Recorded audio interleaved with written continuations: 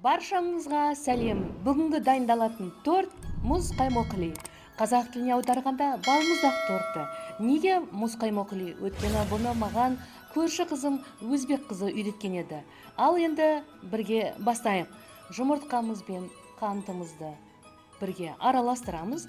Қанты аздап, кәдімгідей бір келкі болғанша араластырамыз.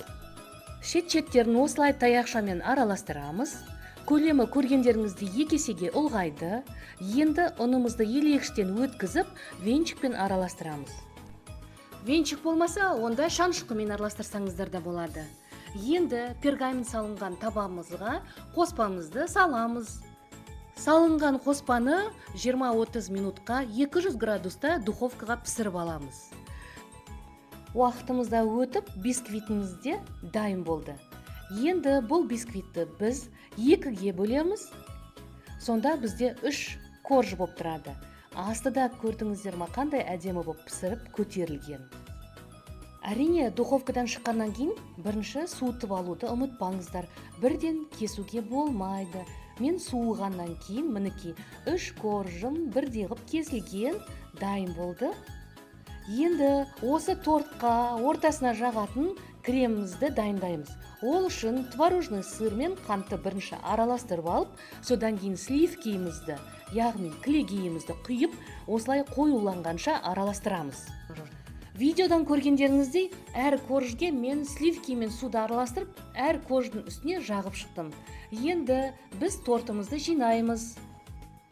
Бірінші коржымызды салып, оның ортасына жасаған кремімізді және де бірінші мен құлпынайды әсемдеп қоямын. Бүкіл құлпынайды дайындап қойып, екінші коржымызды саламыз. Екінші корждың үстінен мен бананды әсемдеймін. Және де печенье Орионды саламын. Сонымен үшінші коржды бетін жауып, үстін кремімізді жағып, бұны 2 сағатқа тоңазытқышқа салып қойдым. Тоңазытқышқа салғаннан кейін біз енді балмұздақ болатын формаға салатын қоспаны дайындаймыз. Ол үшін жаңағы тортқа дайындалған бисквиттің жарты рецептен дайындаймыз. Тек қана құрамына какао қосылады. Енді дайын болған қоспамызды видеодан көргендеріңіздей жасайсыздар да, духовкаға 20-30 минутқа пісіруге жібереміз. Осы тортты жасап көрулеріңізге кеңес беремін. Жеген адамның аузында дәмі қалады. Өте дәмі керемет, шаймен үйлесімді торт екен. Жасап көріңіздер. Ал енді менің бисквитім дайын болды. Енді біз осы бисквитке арнап кремін жасаймыз. Кремнің құрамына сары май мен сгущенканы салып, шанышқымен араластырып аламыз. Және де дайын болған бисквитті біз майдалап кремге қосып, оны езіп араластыру керек. Жақсылап араластырылғаннан кейін осы балмұздақтың формасына өзінің көлеміне сәйкес етіп салып шығамыз да таяқшалардың бәрін саламыз. Өйткені қазір бұны мен 2 сағатқа тоңазытқышқа салам. Таяқша сол үшін салыну керек. Тоңазытқышта 2 сағаттай тұрған тортымызды шығардық. Ендігі жұмыс бізге тортты әсемдеу керек.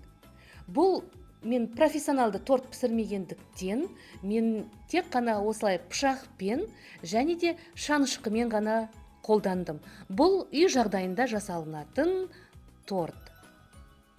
Әсемдеу жағына келгенде, әркім өзінің қалауынша, өзінің фантазиясы бойынша әсемдесеңіздер болады. Менің әсемдеуім осылай болды.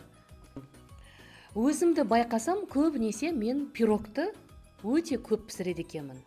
Ал енді осы тортты пісіргенде үйдегі қонақтарыма, балаларыма бәріне ұнады. Сондықтан да сіздер де жасап көріңіздер.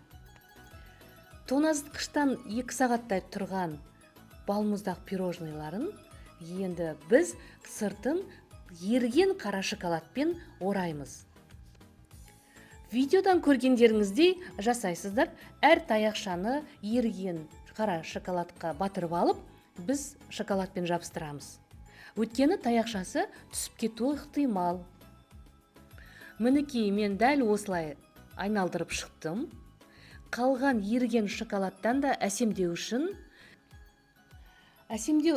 әр шоколадтың үстеріне де осылай жағып қойдым. Енді бұны да бір 20 минуттай холодильникке салып қойсаңыздар, тез қатады. Негізі тоңазытқышта салғаннан кейін бірден қатып қалады. Ол 20 минут күтпей қоюға да болады. Енді дайын болған шоколадтарыммен мен торттың сыртын ораймын. Әсемдік үшін сары лентамен гүлдеп байлап қоямын. Ал әр балмұздақты өзімнің қалауым бойынша әсемдеп қойдым. Әрине жасап көрсеңіздер ұнайды деген сенімдемін.